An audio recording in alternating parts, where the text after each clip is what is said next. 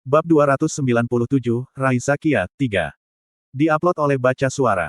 Jangan lupa like dan subscribe, agar kami semangat upload lebih banyak. Baut dari Thunderbolt Pernoa melonjak melalui serangan Breat, tidak terpengaruh oleh kekuatannya yang luar biasa. Itu mempertahankan jalurnya, menembus badai yang kacau. Sementara itu, Yujin melindungi dirinya dari gelombang kejut sisa nafas menggunakan perisai gedon. Perisai itu memiliki kemampuan untuk membatalkan apapun yang dicegatnya, tetapi Yujin tetap tidak yakin tentang secara langsung memblokir serangan nafas, bahkan dengan perisai gedon. Selanjutnya, ia meragukan kemampuannya untuk menahan penipisan mana yang luar biasa yang akan menyertai prestasi seperti itu. Dia secara strategis menghindari serangan langsung, memprioritaskan memblokir serangan yang mengancam untuk menariknya lebih dekat.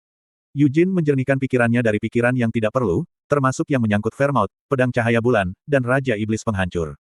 Memikirkan hal-hal seperti itu, satu-satunya tujuannya sekarang adalah untuk melenyapkan naga iblis. Yujin terus maju, menentang serangan Raisa Kia yang tak henti-hentinya. Di tengah kekacauan, dia melihat naga hitam tergantung di tengah-tengah kegelapan yang menyelimuti. Yang mengejutkan, Raisa Kia tidak menunjukkan tanda-tanda keheranan pada kemajuan Yujin yang tidak terluka. Sebaliknya, senyum bengkok melengkung di bibir naga, matanya bersinar dengan kegembiraan yang menyeramkan. Wah! Sayap Raisa Kia yang compang-camping dan compang-camping terbentang, melepaskan kesibukan energi gelap yang menggelora. Kekuatan destruktif mengalir ke Yujin seperti badai besar. Yujin tidak bisa mendengar suara tempes. Seperti yang dia takutkan, Raja Roh tampaknya tidak memiliki pengaruh di ruang ini. Tetapi bahkan jika dia mendapat bantuan tempes, Yujin tahu tidak mungkin untuk melawan badai dengan salah satu dari miliknya sendiri. Tidak mungkin baginya untuk menerobos dari depan. Dia bisa memblokir serangan naga dengan perisai gedon, tapi dia tidak ingin menghabiskan mana yang tidak perlu.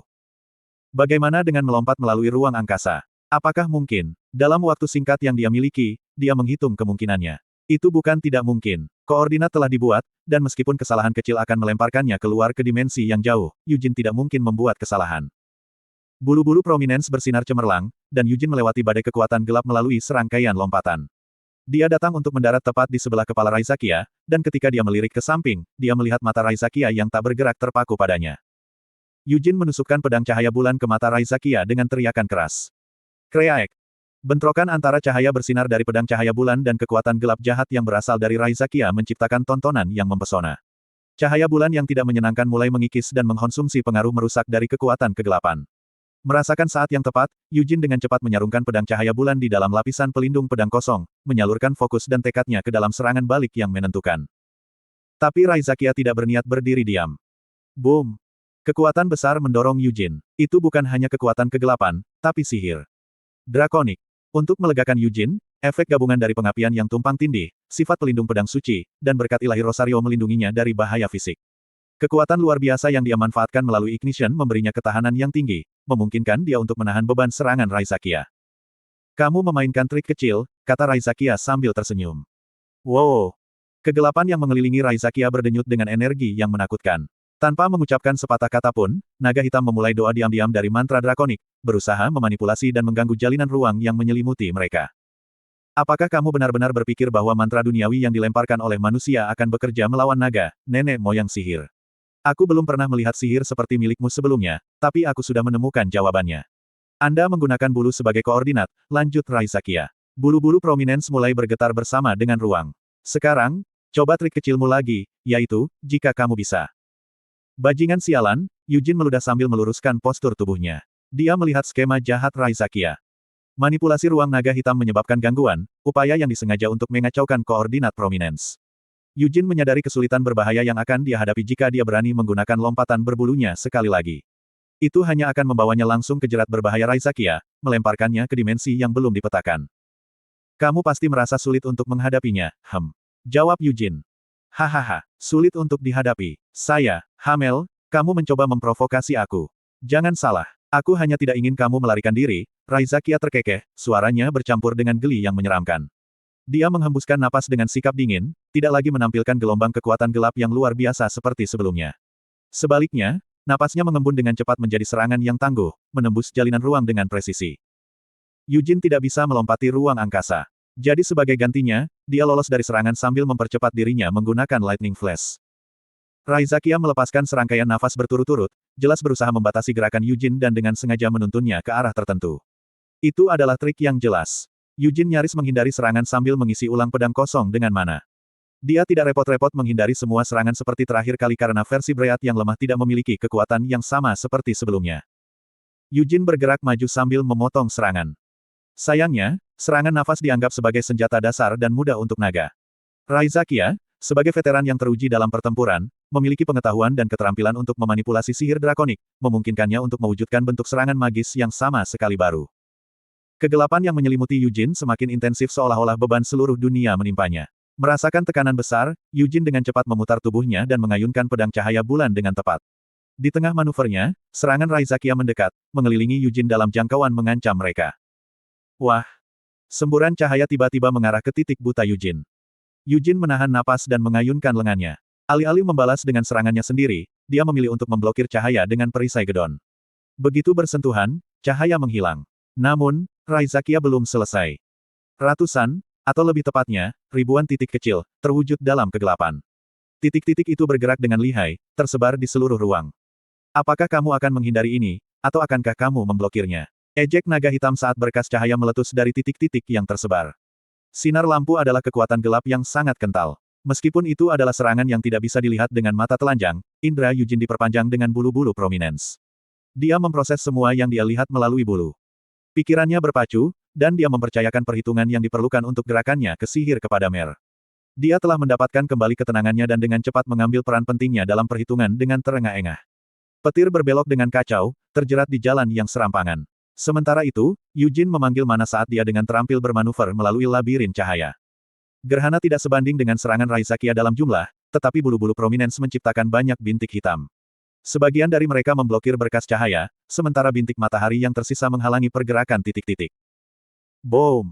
Titik-titik itu bentrok, tetapi serangan balasan Yujin gagal. Mata merahnya melesat panik saat dia mengangkat pedang cahaya bulan dan pedang suci. Tarian kedua pedang dimulai. Api hitam pedang kosong terjalin dengan serangan mematikan cahaya bulan, menciptakan tontonan kehancuran. Asura Rampage melepaskan amarahnya, mengiris berkas cahaya dan menguranginya menjadi ketiadaan. Namun, terlepas dari usahanya yang tanpa henti, Yujin mendapati dirinya masih jauh dari naga hitam, dengan celah di antara mereka tampaknya tidak dapat dijembatani. Bahkan jika dia berhasil menutup jarak, apa yang bisa dia harapkan untuk dicapai? Bahkan pedang cahaya bulan, dalam bentuk lengkapnya, terbukti tidak efektif melawan Raizakia. Sekarang, Yujin hanya memiliki setengah dari senjatanya, dan dia bukan Vermouth. Menyadari kesia-siaan pikiran seperti itu, dia dengan cepat mengabaikannya dari pikirannya. Mereka tidak melayani tujuan dan tidak menawarkan solusi. Sebaliknya, dia memfokuskan pikirannya pada Sienna dan yang lainnya menunggu kepulangannya di luar pertempuran. Berapa banyak keputusasaan yang akan dirasakan Anise dan Christina ketika dia gagal kembali. Dia telah berpose di depan Qian, menjamin keselamatannya, bukan? Lovelian akan mengutuk dirinya sendiri karena tidak berdaya tentang kematian muridnya. Melkit akan berteriak juga. Ciel, gadis kecil yang licik itu, akan menangis tidak seperti biasanya jika Yujin meninggal. Gilet, dia tidak ingin Gilet kehilangan putra lagi. Gerhard. Ayahnya. Ah, Yujin meraung sambil mengangkat pedang cahaya bulan. Slot iklan, kamu bisa pasang iklanmu di sini. Dia bahkan tidak memiliki setengah dari pedang cahaya bulan dalam bentuk lengkapnya, dan pedang kosong tidak dapat digunakan untuk meningkatkan kekuatannya. Pedang cahaya bulan memiliki sifat unik untuk memukul mundur dan memadamkan mana. Tapi ironisnya, menciptakan serangan cahaya bulan dengan pedang cahaya bulan membutuhkan mana dalam jumlah yang luar biasa. Di masa lalu, itu luar biasa bagi Yujin untuk ditangani, tetapi sekarang segalanya berbeda. Dia menyalurkan semua kelebihan mana dari Superimpose Ignition ke Moonlight Sword. Wah! Cahaya bulan melonjak, membesar dalam ukuran dan memancarkan cahaya yang tidak menyenangkan. Dengan teriakan gemilang, Yujin mengayunkan pedang cahaya bulan dengan sekuat tenaga. Serangan berbentuk bulan sabit membelah kegelapan, menelan dan melenyapkan setiap berkas cahaya di jalannya. Serangan meluas jauh ke kejauhan, akhirnya mencapai Raizakia. Penghalang kekuatan gelap yang membungkus Raizakia terbelah oleh cahaya bulan, menyebabkan serangan melemah. Namun, tidak terpengaruh, cahaya bulan yang bersinar menekan ke depan, bertahan sampai akhirnya mencapai Raizakia. Kreaek! Sisik yang menutupi leher panjang Raizakia patah dan dimakan oleh sinar bulan. Kuak! Kepala Raizakia mundur dengan jeritan menusuk. Lehernya memiliki luka minimal berkat sisiknya yang tebal dan kuat. Cahaya bulan hanya berhasil menghancurkan lapisan terluar sisik naga. Namun, bahkan dengan kerusakan dangkal seperti itu, Raizakia menjerit kesakitan. Dia sangat marah. Dia telah membiarkan sisiknya dihancurkan oleh manusia yang lebih rendah dan rendah.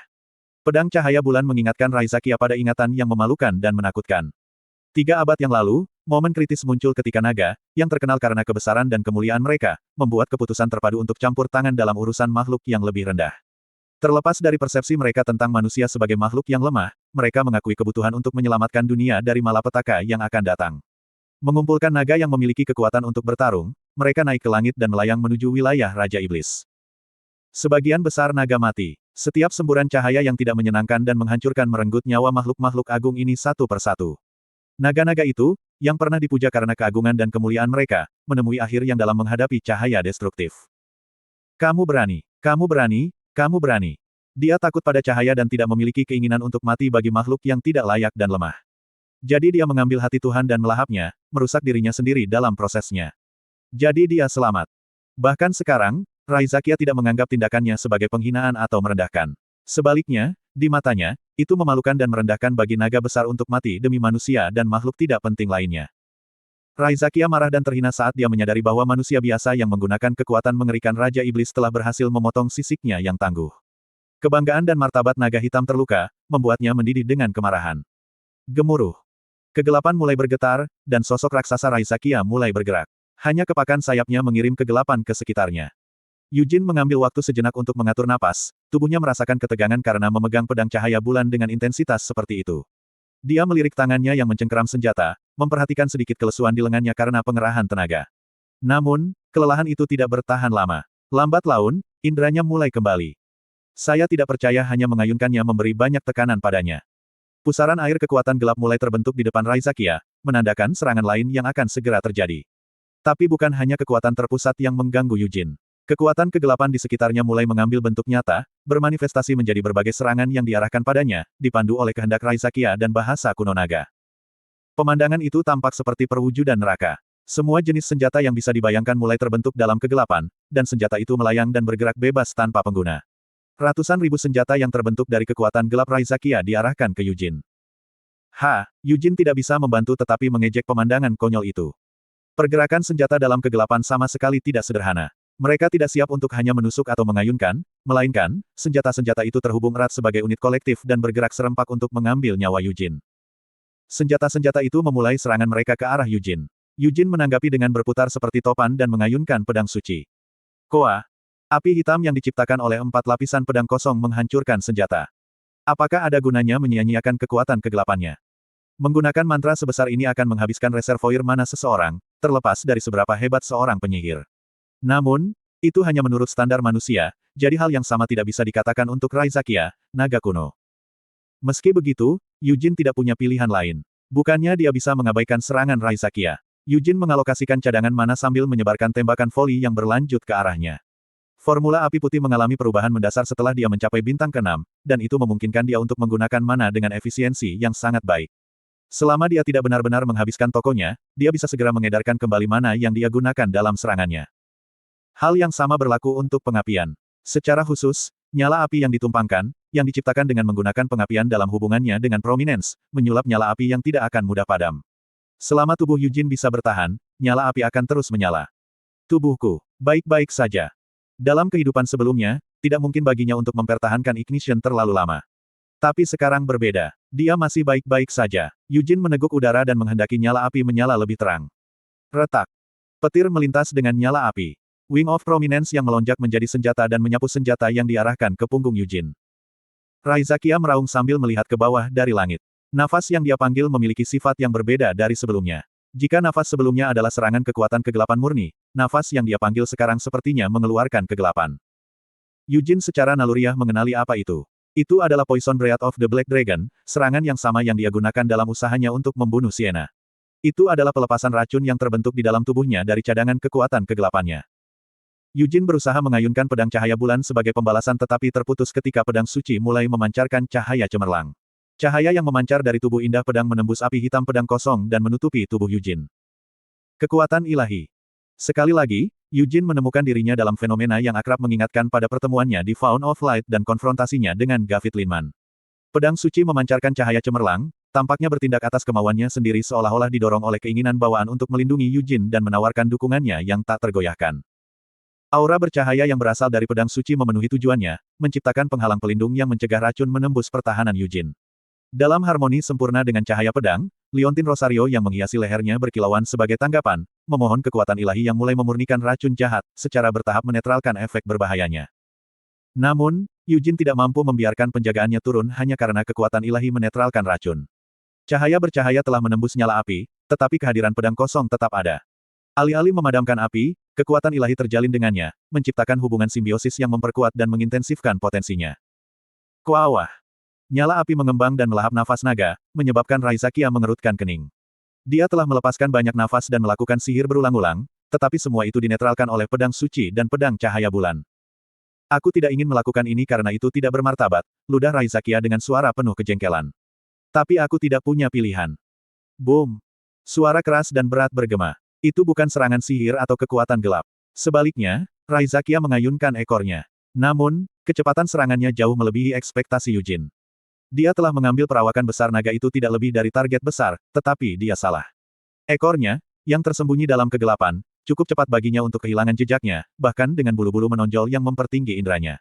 Itu karena Raizakia telah memperkuat serangannya dengan mantra drakonik. Sesaat kehilangan kesadaran, Yujin merasakan dampak luar biasa yang ditimbulkan pada tubuhnya oleh serangan fisik yang bodoh.